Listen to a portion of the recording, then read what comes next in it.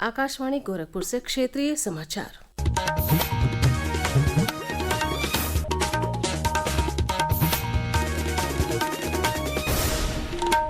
नमस्कार।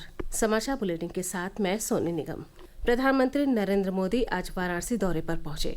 उन्होंने वाराणसी के मेहंदीगंज में 3,884 करोड़ रुपए से अधिक की लागत वाली 44 परियोजनाओं का उद्घाटन और शिलान्यास किया।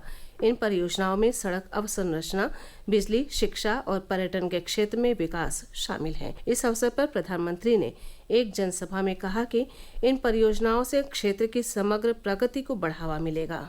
कनेक्टिविटी को मजबूती देने वाले अनेक इंफ्रास्ट्रक्चर प्रोजेक्ट्स, घर घर तक नल से जल पहुंचाने का अभियान, शिक्षा, स्वास्थ्य और खेल सुविधाओं का विस्तार, हर परिवार, हर युवा को बेहतर सुविधाएं देने का संकल्प, ये सारी योजनाएं पूर्वांचल को विकसित पूर्वांचल बनाने की दिशा में मील का पत्थर बनने वाली है। प्रधानमंत्री ने इस मौके पर कहा कि अब काशी केवल प्राचीनता का प्रतीक नहीं रही, बल्कि विकास का मॉडल बन गई है। उन्होंने शहर के तेज विकास की सराहना करते हुए बताया कि कैसे संरचना में सुधार, धार्मिक, पर्यटन और नागरिक सुविधाओं में उन्नयन ने इस प्राचीन नगरी को आधुनिक शहरी केंद्र में बदल दिया है।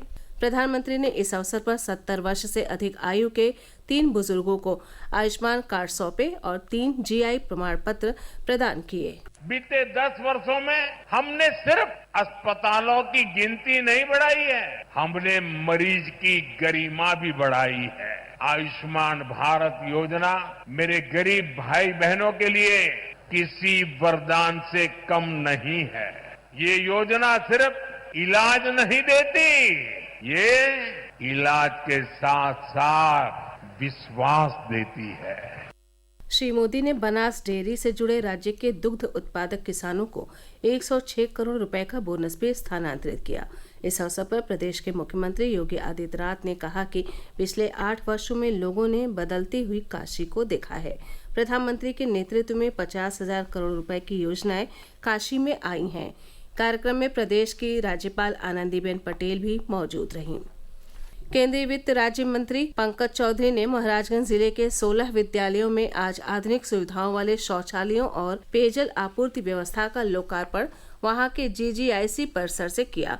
जिले के 13 कस्तूरबा गांधी बालिका विद्यालयों और 3 राजकीय बालिका इंटर कॉलेजों में ये निर्माण केंद्रीय लोक निर्माण विभाग द्वारा नई दिल्ली के केंद्रीय अप्रत्यक्ष कर बोर्ड एवं सीमा शुल्क बोर्ड की पहल पर हुआ है। इस मौके पर केंद्रीय वित्त राज्य मंत्री ने कहा कि ये परियोजना प्रधानमंत्री नरेंद्र मोदी के स्वच्छ भारत मिशन तथा बेटी बचाओ बेटी पढ़ाओ अभियान के सपनों को साकार करने की दिशा में एक महत्वपूर्ण कदम है। प्रदेश सरकार में उप मुख्यमंत्री केशव प्रसाद मौर्य कल कुशीनगर जाएंगे। वो जिले के विभिन्न कार्यक्रमों में शामिल होने के साथ साथ निर्माणाधीन विकास परियोजनाओं का निरीक्षण भी करेंगे। कुशीनगर के अपर जिला सूचना अधिकारी राहुल कुमार ने बताया कि उप मुख्यमंत्री पडरौना स्थित जूनियर हाई स्कूल में सम्राट अशोक के जयंती समारोह को भी संबोधित करेंगे। प्रदेश के पूर्वी और पश्चिमी इलाकों में आज, कल और 13 अप्रैल को कई स्थानों पर गरज चमक के साथ वर्षा और बौछारें पड़ने की संभावना है।